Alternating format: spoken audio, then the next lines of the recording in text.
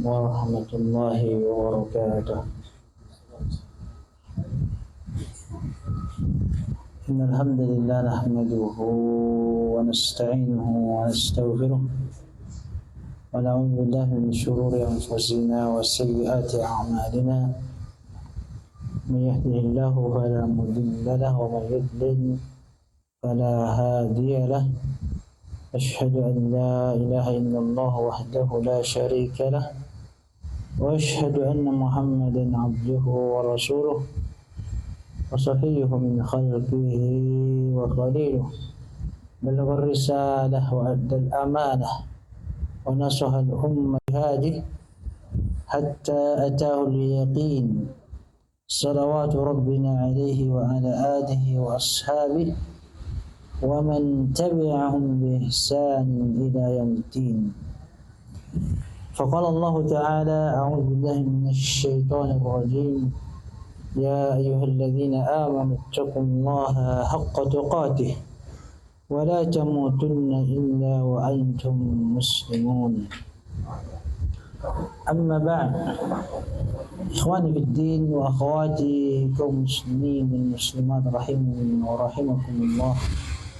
Alhamdulillah, kita bersyukur kepada Allah Tabaraka wa Ta'ala dengan rahmat dan taufiknya kita bisa kembali duduk di majlis ilmu untuk bertafaqquh din, untuk saling mengingatkan, saling menasihati di antara sesama kita kaum muslimin.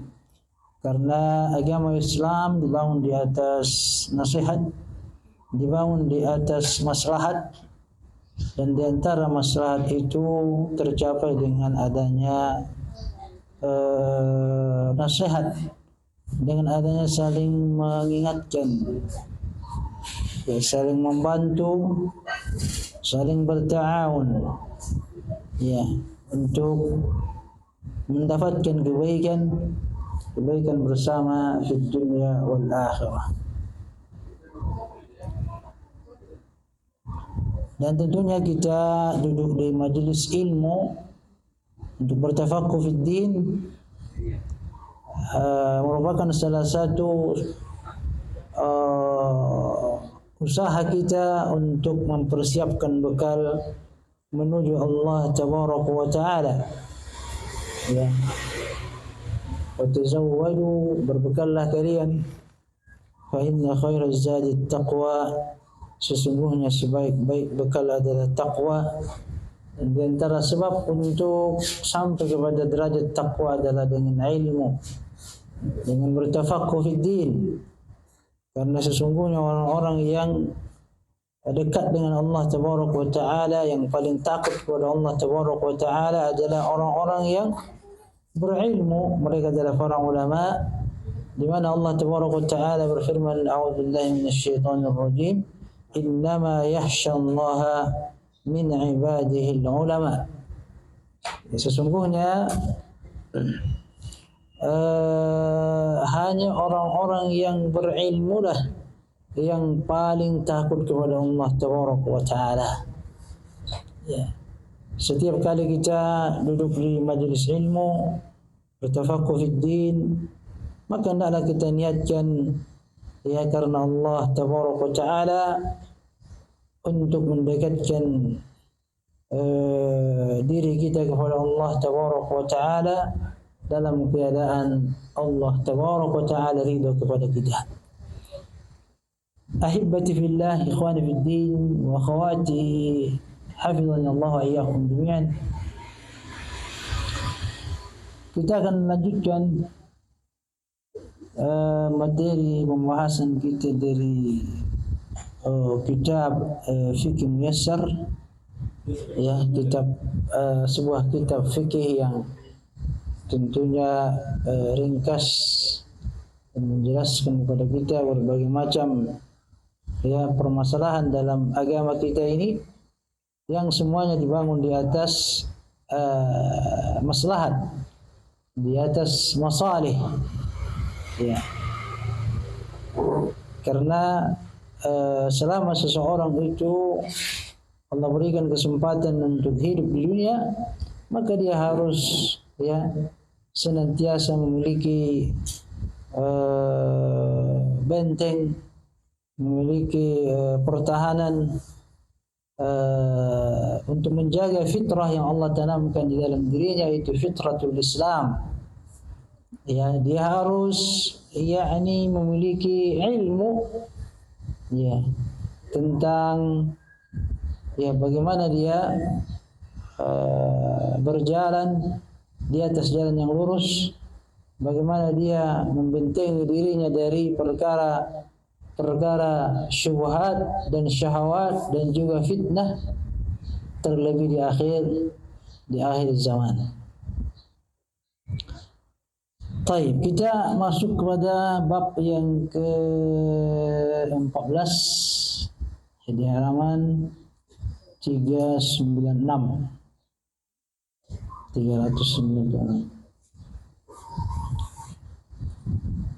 Bab tentang wadi'ah dan itlafat. Wadi'ah maknanya adalah barang titipan. Wadi'ah adalah maknanya barang titipan. Kemudian itlafat yakni ganti rugi perusakan. Ketika dia merusak barang, dia harus ganti rugi, namanya itlafat. Dan ini satu pembahasan di antara wadi'ah dengan itlafat, karena bisa jadi orang yang diberikan amanah, dititipkan kepadanya sesuatu, ya bisa jadi barang itu rusak karena kelalaian atau karena kesengajaan, maka di sana ada ganti yang harus diberikan kepada orang yang menitipkan barang tersebut. Wadi'ah berasal kata daripada wada'a. Wada'a artinya meninggalkan atau meletakkan sesuatu, ya, meninggalkan. Bisa juga ketika seorang berpisah dari temannya, dia mengatakan selamat berpisah dengan kalimat wada'an, selamat tinggal. Dia meninggalkan temannya atau keluarganya, dia ucapkan wada'an ma'assalamah ila liqa, ya. Baik. Ini dari segi lughah, dari segi bahasa, wada'a yakni meninggalkan sesuatu atau meletakkan sesuatu. Ma yutraku 'inda al-amin hifdhan.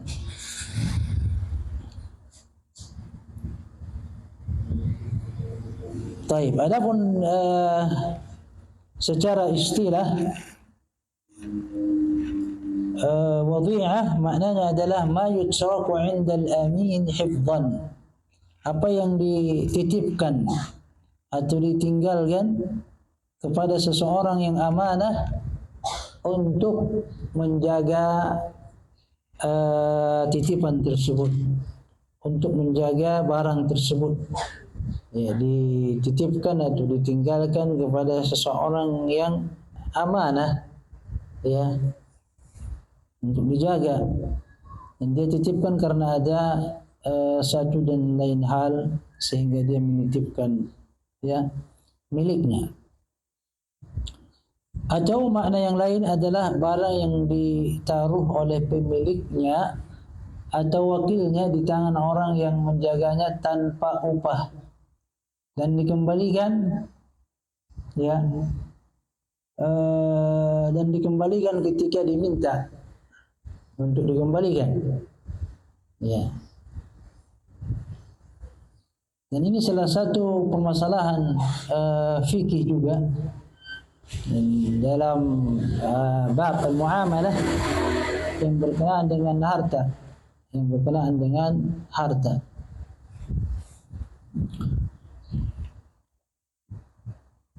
Dan di sini tentunya ada ta'awun bainan nas wa bainal muslimin, ya, ta'awun bainan nas wa bainal muslimin. Baik, dalil pensyariatan wadi'ah. dalil pensyariatan wadhiyah. Allah Tabaraka wa Ta'ala berfirman dalam surah Al-Baqarah al-ayah 283, فَلْيُؤَدِّ الَّذِي اؤْتُمِنَ أَمَانَتَهُ فَلْيُؤَدِّ الَّذِي اؤْتُمِنَ أَمَانَتَهُ وَلْيَتَّقِ اللَّهَ رَبَّهُ.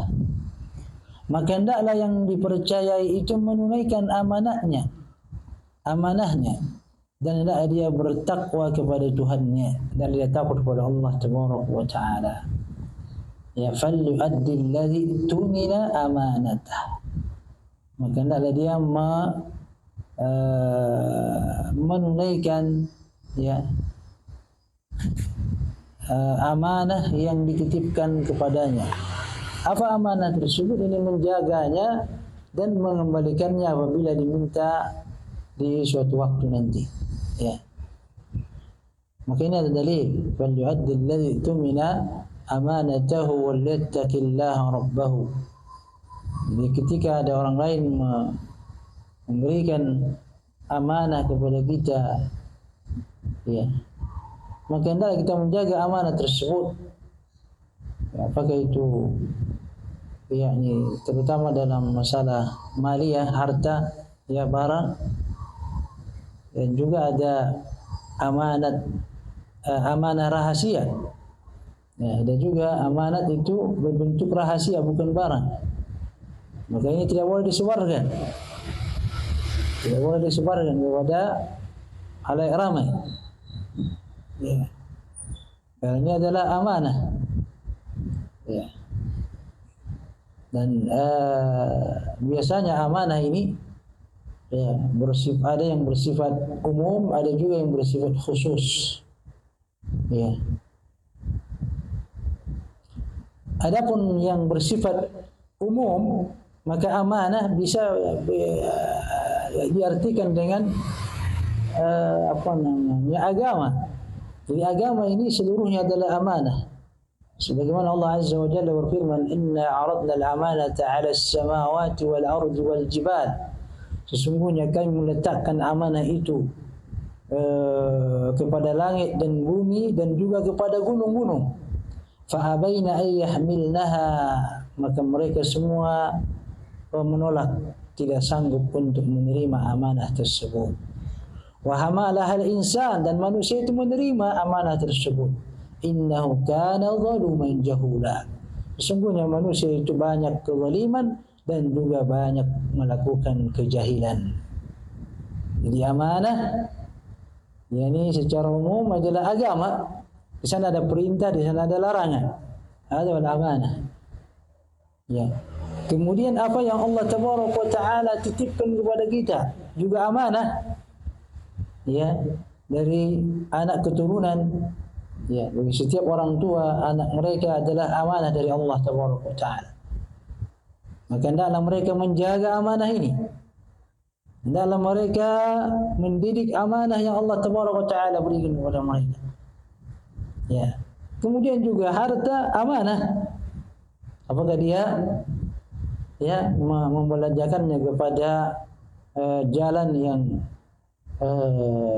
yang benar, jalan yang diridhai oleh Allah Tabaraka wa Ta'ala. Allah Azza wa Jalla berfirman, "Inna Allah ya'murukum an tu'addul amanati ila ahliha." Sesungguhnya Allah Azza wa Jalla memerintahkan kalian agar kalian menyampaikan amanat-amanat itu kepada pemiliknya, kepada ahlinya, kepada yang yang menitipkan amanah tersebut atau yang akan menerima amanah tersebut. Ya, sesungguhnya Allah Tabaraka wa Ta'ala memerintahkan kalian agar kalian menunaikan amanah, agar kalian menjaga amanah, agar kalian mengembalikan amanah tersebut dengan baik. Ini adalah dalil dari Al-Quran yang memerintahkan kita untuk menjaga amanah dan menunaikan amanah. Rasulullah sallallahu alaihi wasallam juga bersabda, "Addil amanata liman ittamanaka wa la takhun man khanaka." tunaikanlah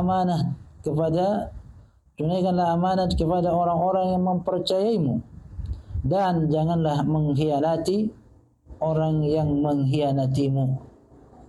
Subhanallah. Ini adalah perintah. Satu sisi adalah perintah, dan di sisi yang lain juga ada larangan. Ya, di sini ada perintah untuk menjaga amanah, untuk mengembalikan amanah, dan juga larangan untuk berkhianat. Bahkan berkhianat kepada orang yang menipu kita, yang mengkhianati kita. Kita tetap menunaikan amanah tersebut. Ya. Tetap menunaikan amanah tersebut.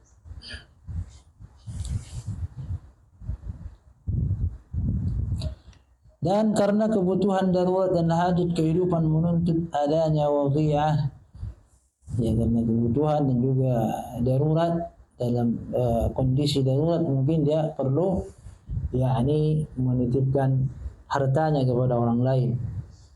Ya, satu sisi dia mungkin tidak bisa menjaga hartanya, ya, tidak mampu untuk menjaga hartanya, maka dia titipkan kepada orang lain. Barang siapa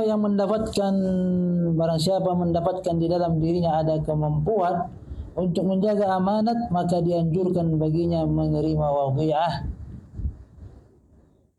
Dianjurkan, yani disunnahkan baginya untuk menerima wadhi'ah. Ya, hukumnya sunnah bagi dia untuk menerima titipan orang lain, titipan saudaranya yang menitipkan untuknya. Ya, karena di sana ada ta'awun, dan ada pahala tentunya bagi orang-orang yang mampu untuk menjaga amanah tersebut. Hendaklah dia terima. Rasulullah SAW bersabda, "Wallahu fi 'auni al-'abdi ma dama al-'abdu fi 'auni akhihi." Wa fi riwayah, "Ma kana al-'abdu fi 'auni akhihi."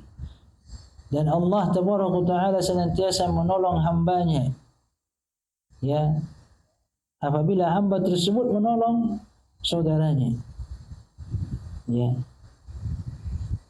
Allahu fi 'auni al-'abdi, yakni pertolongan Allah bersama seorang hamba, ya, selama hamba tersebut mau menolong saudaranya. Dan ini antara hikmah disyariatkannya wadhi'ah, karena di sana ada bab ta'awun.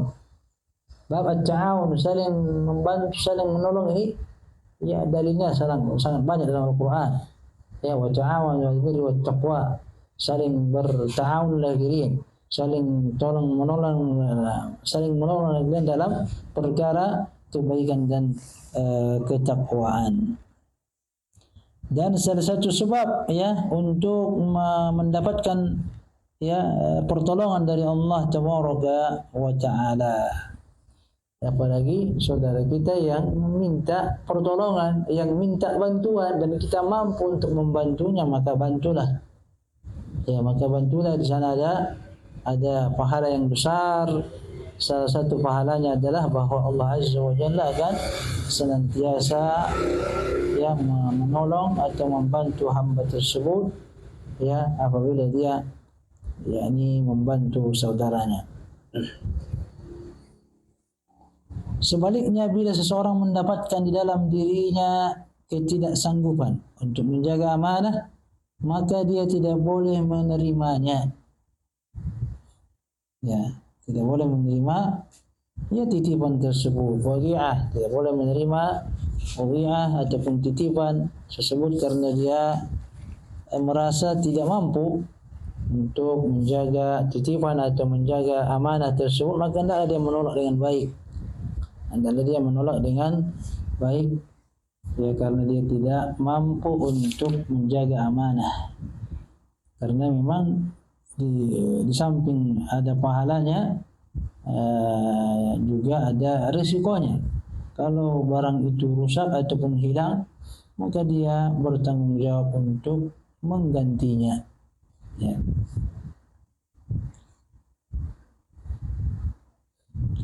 Ikhwani fi din wa akhwati, azani Allah wa iyyakum jami'an. Bagian yang kedua syarat sah wadi'ah. Akad ini hendaklah dilakukan oleh pihak yang boleh bertindak untuk orang yang statusnya seperti yakni yang mengurus harta pula, sehingga bila seseorang yang boleh bertindak mengurus harta menitipkan barangnya pada anak-anak atau orang gila atau orang jahil, lalu pihak yang dititipi itu merusakkan barang tersebut, maka dia tidak bertanggung jawab karena dia sendiri yang salah. Dan bila anak kecil atau pihak yang sepertinya menitipkan barang pada orang lain, maka pihak yang dititipi itu menjadi penjamin karena dia melanggar syarat sahnya wadi'ah dengan menerima titipannya. Baik, berakal, ya, orang yang berakal, itu orang yang balik, ya. Ini dalam perkara wadi'ah, bahwa yang menitipkan itu adalah orang yang berakal, orang yang balik, ya. Dan orang yang diberikan titipan atau wadi'ah ataupun amanah ini juga orang yang akil balik, orang yang berakal dan dewasa, maka tidak sah dari anak-anak. Jika seseorang menitipkan barangnya kepada anak-anak atau kepada orang jahil, maka ketika barang atau hartanya rusak, ya, maka yang diberikan titipan tidak bertanggung jawab karena tidak sesuai syarat, ya, tidak memenuhi syarat untuk menitipkan sesuatu kepadanya.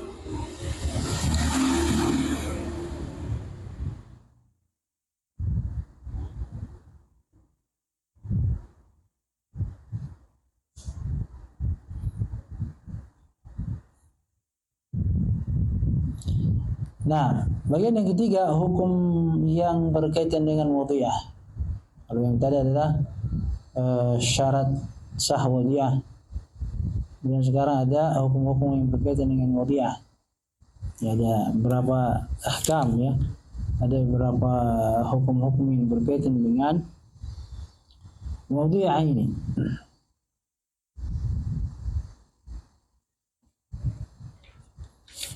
Baik, yang pertama, wadi'ah adalah amanat di tangan pihak pemegang titipan.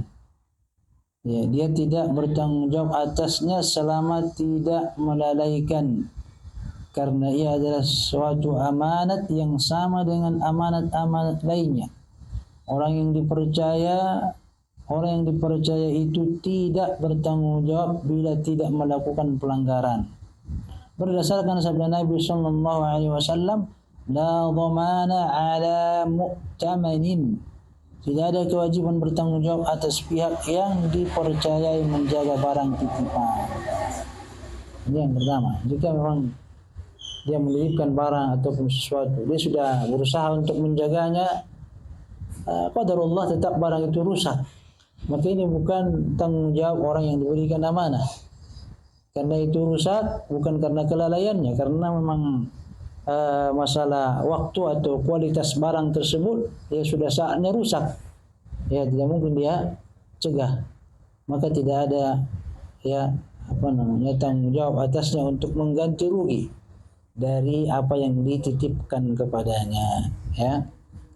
Kemudian yang kedua, bila pemegang titipan melakukan pelanggaran pada barang titipan atau lalai dalam menjaganya, maka dia bertanggung jawab bila harta titipan itu rusak, karena dia dihukumi sebagai perusak barang orang lain. Nah, inilah resikonya. Resikonya memang kalau dia lalai, ya, atau dia karena melakukan pelanggaran pada harta titipan tersebut yang menyebabkan hilangnya titipan atau rusaknya titipan atau berkurangnya titipan, maka dalam hal ini dia bertanggung jawab karena ada kelalaian atau mungkin karena ada kesengajaan. Ya, kalau ada kesengajaan atau mungkin ada kelalaian yang disengaja juga, maka dia bertanggung jawab. Yang ketiga, pihak pemegang titipan wajib menjaga barang titipan dan tempat di tempat terjaga menurut kebiasaan umum. Karena Allah Azza wa Jalla memerintahkan untuk memegang amanah kepada pemiliknya. dan hal ini tidak mungkin terwujud kecuali dengan menjaganya, karena tujuan wadhi'ah adalah menjaga, dan pihak yang dititipi wajib melakukan penjagaan. Bila dia tidak melakukannya, maka berarti dia tidak melakukan kewajibannya. Nah, ini jelas, bisa kita pahami bersama, ya. Orang yang diberikan amanah, dia menjaga amanahnya seperti dalil-dalil yang kita sebutkan. Dia berusaha untuk itu. Ya, dia menyimpan yakni titipan di tempat yang biasanya disimpan barang berharga, ya, tidak diletakkan sembarangan. Ya. Kalau di sana ada maslahat yang besar, ada pahala yang besar, maka juga dia berusaha untuk menjaga amanah tersebut. Kemudian yang keempat, pihak pemegang titipan boleh menyerahkan barang titipan itu kepada pihak yang lain. Pihak pemegang titipan boleh menyerahkan barang titipan kepada pihak yang biasa menjaga hartanya menurut kebiasaan, seperti istri, budak, pelayan, dan penjaganya. Bila barang titipan rusak di tangan mereka tanpa ada pelanggaran dan kelalaian, maka tidak ada tanggung jawab mereka. Ya, boleh dititipkan pada istri atau pada pelayan, ya, atau orang yang ada di rumah yang sudah balik dewasa, ya, boleh dititipkan. Kemudian yang kelima, pihak pemegang titipan tidak boleh menyerahkan barang titipan itu kepada orang lain tanpa ada uzur. Tidak boleh diserahkan kepada orang lain tanpa uzur. Adapun karena sesuatu uzur seperti safar atau ajal kematian, maka boleh. Berdasarkan hal ini, maka bila dia menyerahkan barang titipan kepada orang lain disebabkan suatu uzur, lalu dia rusak, maka dia tidak bertanggung jawab. Tetapi bila tanpa ada uzur, maka dia bertanggung jawab karena dia melanggar atau melalaikannya. Nah,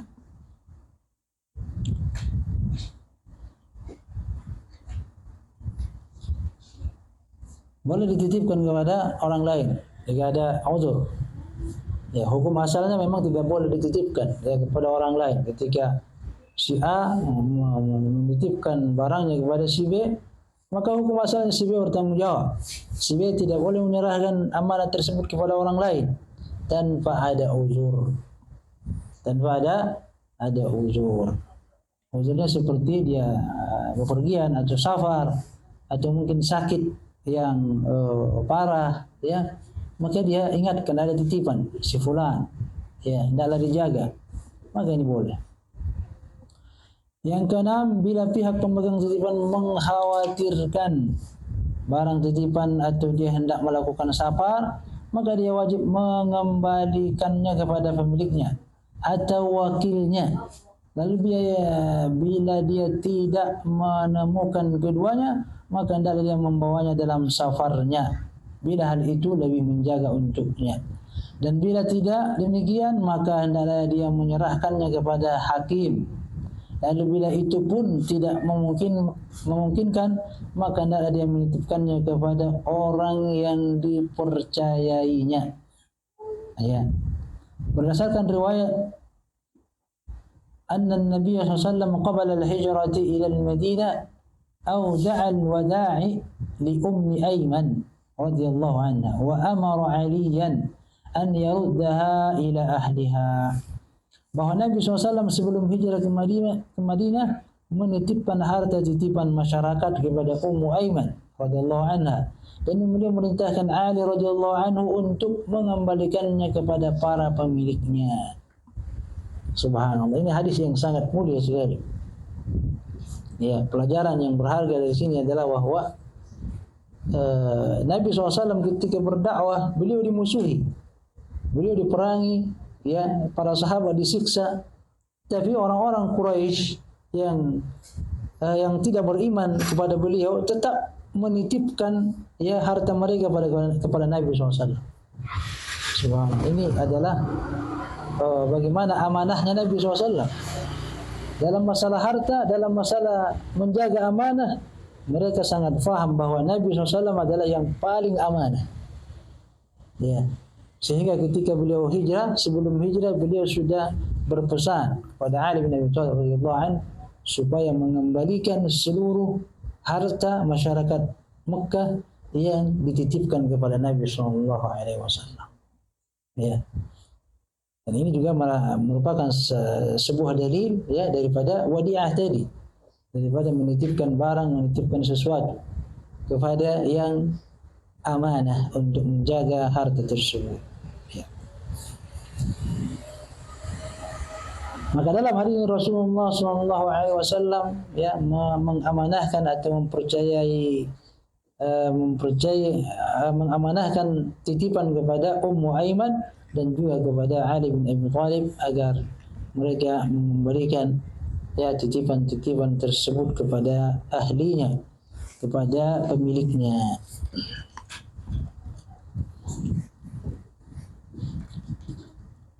Demikian juga bila pihak memegang titipan sakit dengan sakit yang mengkhawatirkan, sementara di tangannya ada barang titipan, maka dia wajib memulangkan barang titipan tersebut kepada pemiliknya. Lalu bila tidak memungkinkan, maka hendaklah dia menitipkannya pada hakim atau kepada siapa yang dia percayai. Nah, ini hampir mirip dengan yang sebelumnya. Ini masalah titipan atau amanah ataupun barang atau sesuatu yang diamanahkan kepada kita hendaklah kita jaga, dan kalau seandainya kita tidak mampu, kita kembalikan kepada pemilik amanah tersebut atau kita titipkan kepada orang yang kita percayai. Ya.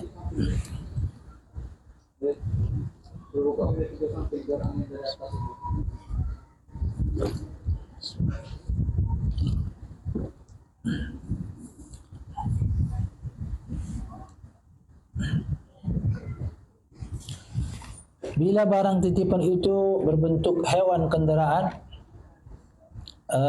maka pihak pemegang titipan wajib merumputkannya dan memberinya makan dan minum.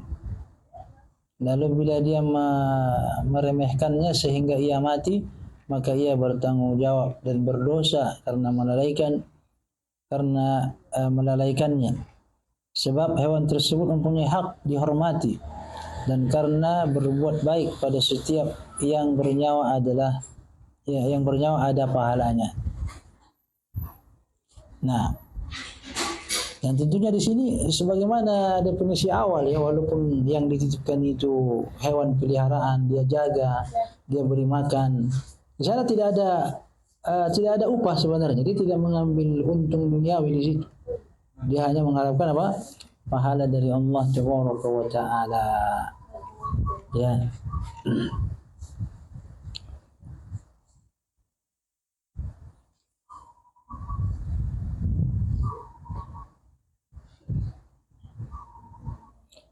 Kemudian hukum yang ke-8, pihak pemegang barang titipan adalah orang yang dipercaya dan kata-katanya diterima. Manakala dia berkata bahwa dia telah mengembalikan barang titipan kepada pemiliknya atau wakil yang menggantikan kedudukannya, dan kata-katanya diterima dengan didukung sumpahnya. Manakala dia berkata bahwa barang titipan itu rusak tanpa ada kelalaian dan pelanggaran, ya pihak pemegang barang titipan tidak patut menunda penyerahan manakala pemiliknya memintanya, dan bila dia menundanya tanpa ada uzur lalu ia rusak, maka ia harus bertanggung jawab. Nah, kemudian yang ke-9, di antara bentuk wadi'ah atau titipan modern adalah titipan bank, di mana orang-orang menitipkan sejumlah uang mereka di bank sampai batas waktu tertentu atau secara mutlak. Lalu bank mengembangkan uang-uang tersebut dan memberikan bunga tertentu yang tetap kepada pemiliknya. Dengan begini maka akad ini berubah menjadi akad qard dari sisi tindakan bank memiliki uang tersebut, bertanggung jawab atasnya, dan berkesanggupan untuk mengembalikan semisalnya saat diminta. dan dia dengan bentuknya ini termasuk riba yang diharamkan. Maka kaum muslimin harus berhati-hati sehingga tidak terjatuh ke dalamnya. Nah, termasuk menitipkan uang di bank juga wadi'ah. Bahkan ada akad wadi'ah, ya kan? Kalau dia akadnya wadi'ah, dia hanya menitipkan uangnya. Berarti dia tidak menerima bunga. Seperti yang dilakukan oleh sebagian bank syar'i, bank BSI ya. Situ ada akadnya, akad wadi'ah. Itu memang ada di sana kerjasama, ya. Maka dia jika masuk dalam akad wadi'ah, dia hanya menitipkan uang dari situ. Dia tidak mengambil manfaat, dia tidak mengambil keuntungan, ya. Kalau dia mengambil keuntungan atau dari pihak bank juga memberikan keuntungan, ini yang disebut dengan apa? Bunga yang diharamkan ya oleh Allah Tabaraka wa Ta'ala. Wa ahallallahu al-bai'a wa harrama ar-riba. Allah menghalalkan jual beli dan Allah mengharamkan riba. Adapun wadi'ah di mana pemiliknya tidak menuntut bunga apapun atasnya, seperti yang dikenal pada hari ini dengan rekening koran, maka tidak mengapa karena pemiliknya tidak mengambil tambahan dari harta pokoknya. Ya. Dia hanya menitipkan. Adapun bila seseorang diharuskan menerima bunga dan dia memang terpaksa menitipkan uangnya ke bank-bank konvensional seperti ini, di mana dia akan tertimpa kesulitan yang hampir pasti terjadi dengan sebab meninggalkannya atau tidak menitipkan uangnya ke bank, maka dia boleh mengambil bunganya dan memberikannya untuk kepentingan umum kaum muslimin seperti pembangunan jalan, WC umum, jembatan dan lain sebagainya. Ini juga sudah masyhur kita ketahui ya tentang bagaimana apabila ada uang-uang riba itu dimanfaatkan kepada fasilitas umum, ya. Dan ini adalah orang-orang yang mungkin yakni terpaksa mengambil daripada bunga bank tersebut.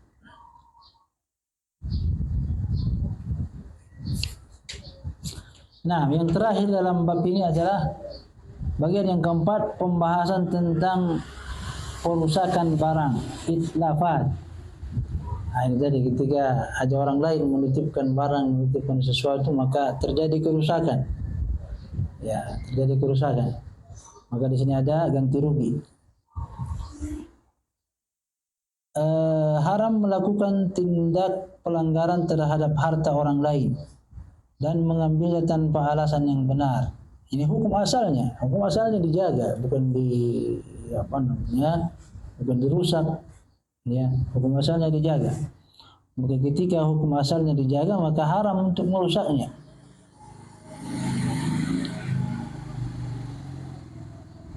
Maka ketika dia merusak barang orang lain atau harta yang dititipkan, yang diwadiahkan kepadanya, maka dia harus mengganti rugi.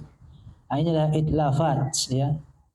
Ada perusakan barang, kemudian ada ganti rugi. Ada ganti rugi.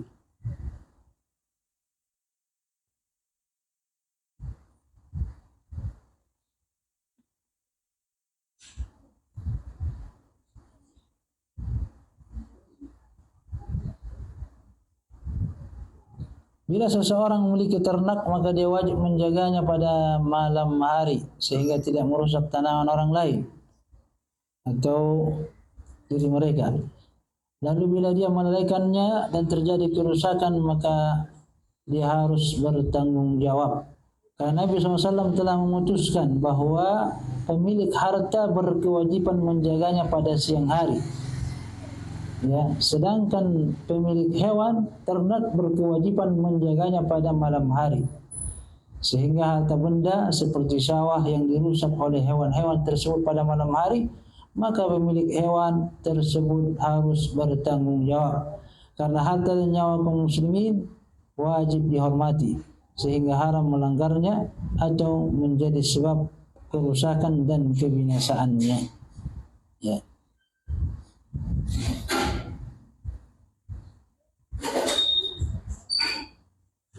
sahil atau penyergap baik dari kalangan manusia atau hewan bila tidak bisa dilawan kecuali dengan membunuhnya, lalu yang diserang membunuhnya, maka dia tidak ada tanggung jawab atasnya karena dia membunuh dalam rangka membela diri. Ya, ini sama dengan begal saat ini ya. Orang yang begal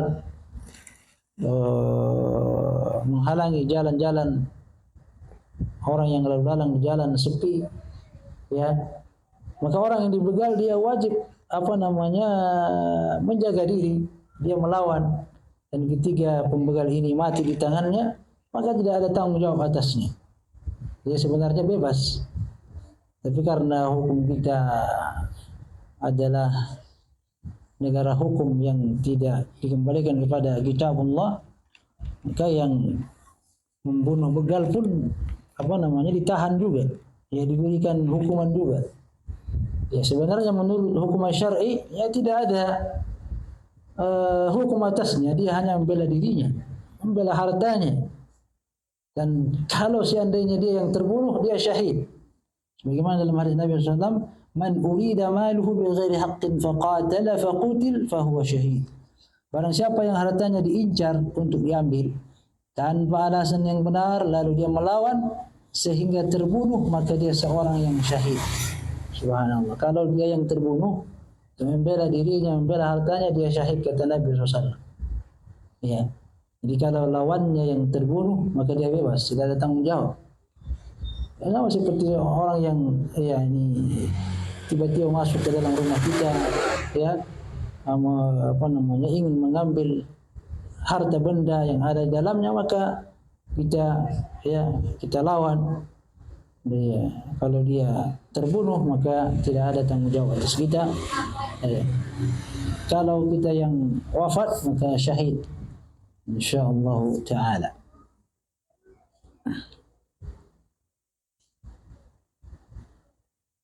Atau di sini disebutkan manusia atau hewan. Hewan bisa juga anjing liar atau apa saja yang menyerang kita membela diri.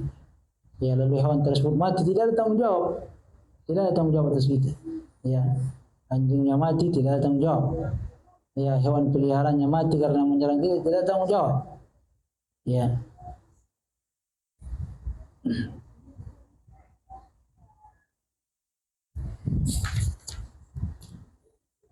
Barang siapa yang merusak sesuatu yang Allah Tabaraka Ta'ala haramkan, seperti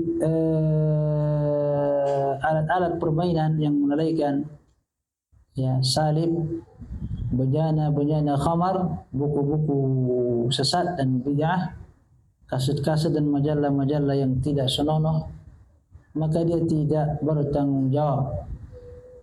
Ya. Akan tetapi perusahaan tidak mutlak dibebaskan. Sebaiknya ia harus diikat dengan aturan pemimpin dan di bawah pengawasannya dalam rangka menjamin kemaslahatan, menolak kerusakan dan menepis fitnah. Ya. Jadi menghancurkan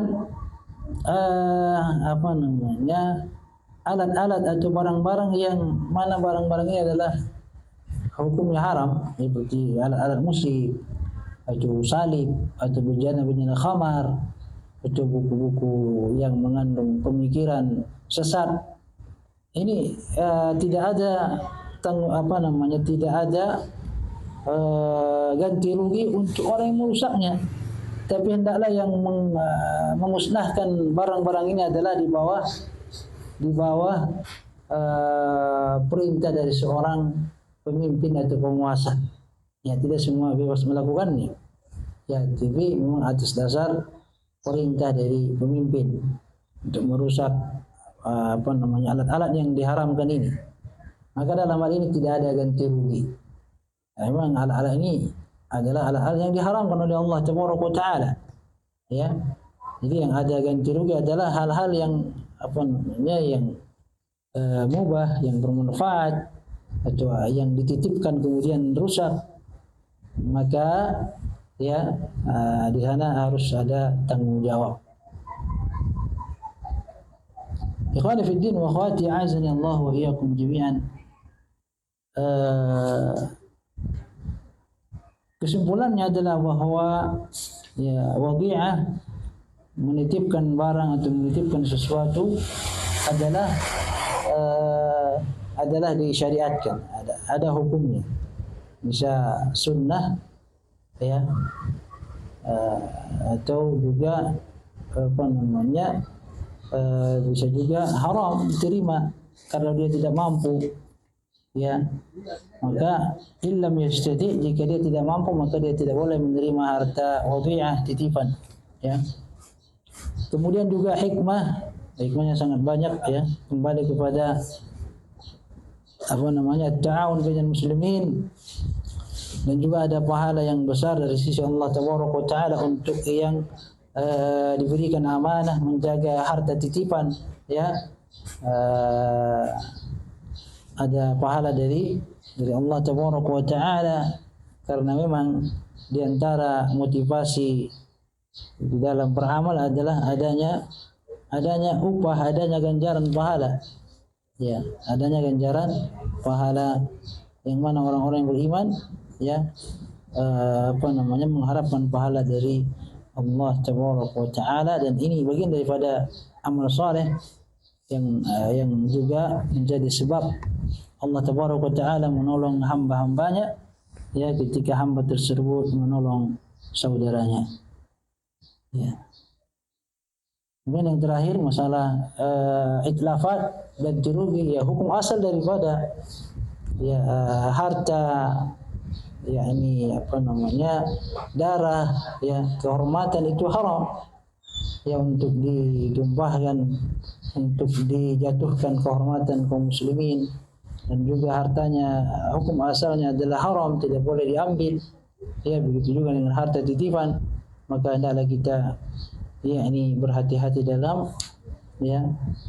perkara yang bersangkutan dengan harta orang lain atau harta orang-orang yang menitipkan barang tersebut kepada kita. Wallahu ta'ala a'lam, wa sallallahu ala nabiyyina Muhammad wa sallama tasliman katsira. Nah, jika ada yang bertanya dipersilakan.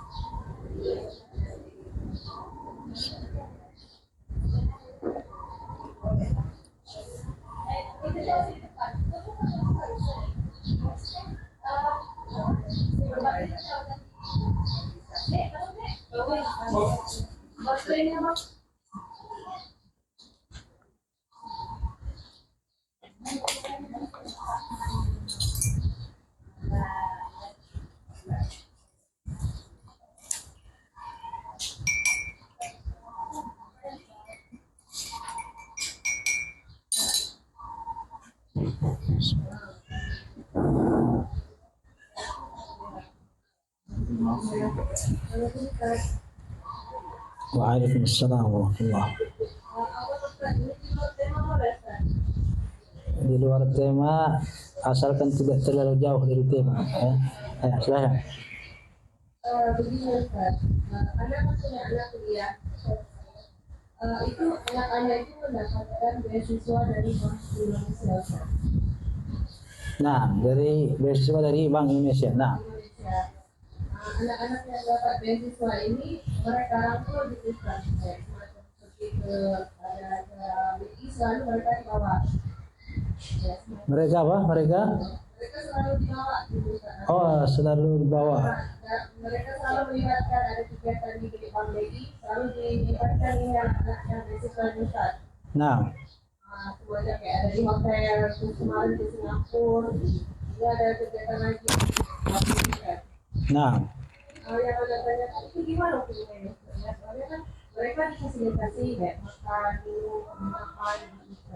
Gimana itu hukumnya? tayyib. Terima gitu. Barakallahu fiik. Sementara beasiswa itu untuk anak-anak yang memang mau yang kaitannya tinggi gitu, Ustaz. Tayyib, barakallahu fiik.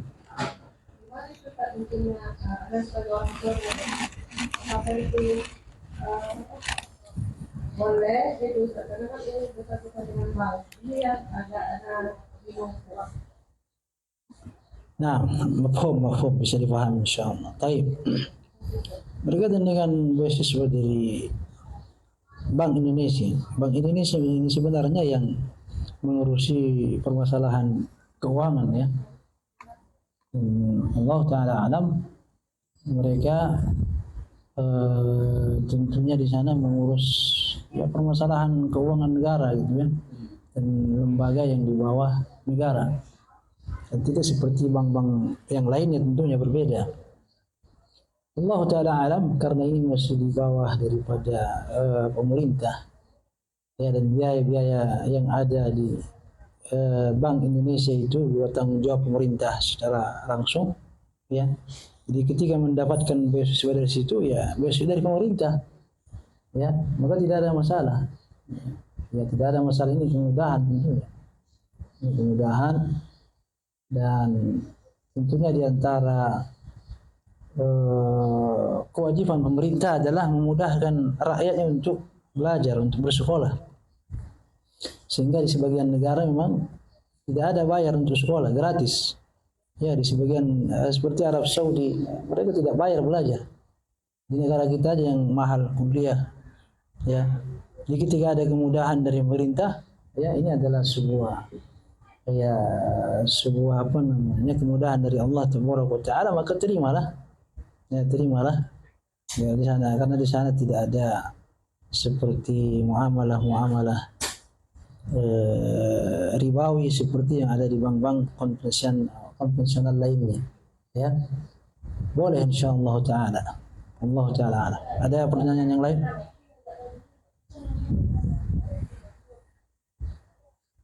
Nanti kalau di bawah bank-bank konvensional lain itu nggak bisa misalnya, kalau itu kan bank pemerintah kan. Nah, kalau bank-bank konvensional kayak bank BCI, BCA itu nggak bisa ya.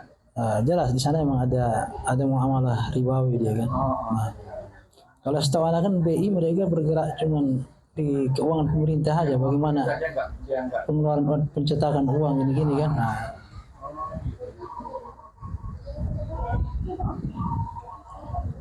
karena orang berpikir karena itu bank gitu kan. ya.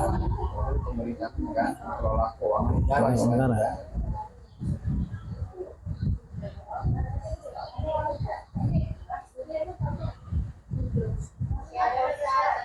Baik, tidak ada lagi? Waalaikumsalam warahmatullahi wabarakatuh. Saya itu kan kalau ada barang itu beli dalam 1 juta itu ongkosnya 20.000. Ya, kalau lebaran Kalau lebaran kita uang kecil itu kalau 20.000 ongkosnya dalam 15.000. Kalau yang 5.000 lebih mahal, 25.000. ongkosnya ya. Iya, ongkosnya. Tengok mata uangnya, kalau lebih kecil dia mahal. Ini ongkos kurirnya atau dari Ongkos pertukaran. Hah? Pertukaran. Ya. Nah, jual beli uang gitu sekarang gitu. Iya, jelas tidak boleh gitu. Kalau dia bukan jasa kurir yang mengantar uangnya, ya itu sama dengan ya riba tadi, ada pertambahan gitu kan. Kalau uang dengan uang ya dengan jumlah yang sama gitu. Dengan jumlah yang sama, dan memang momen-momen seperti datangnya lebaran dan THR sebagian pertukaran uang, kesempatan bagi orang-orang yang mengambil keuntungan ya kan. Jadi kalau apa namanya ongkos kurir ya ongkos dia kan. Kalau memang untuk keuntungannya untuk bank ya, untuk bank atau untuk orang yang apa namanya yang menjadikan tersebut adalah sebuah penghasilan, jelas ini ya sepengetahuan anak tidak boleh ya adanya tambahan tersebut. Tidak boleh ada tambahan. Dan ini masuk dalam bab ta'awun sebenarnya, dia membantu ya untuk menukarkan uang yang lebih kecil. Ya tidak ada keuntungan di sana, hanya bab ta'awun. Ya. Wallahu ta'ala a'lam. Wa sallallahu ala nabiyina Muhammad wa sallama tasliman katsira. Kita cukupkan sampai di sini. Subhanakallahumma wa bihamdika asyhadu an la ilaha illa anta astaghfiruka wa atubu ilaik. Assalamualaikum warahmatullahi wabarakatuh.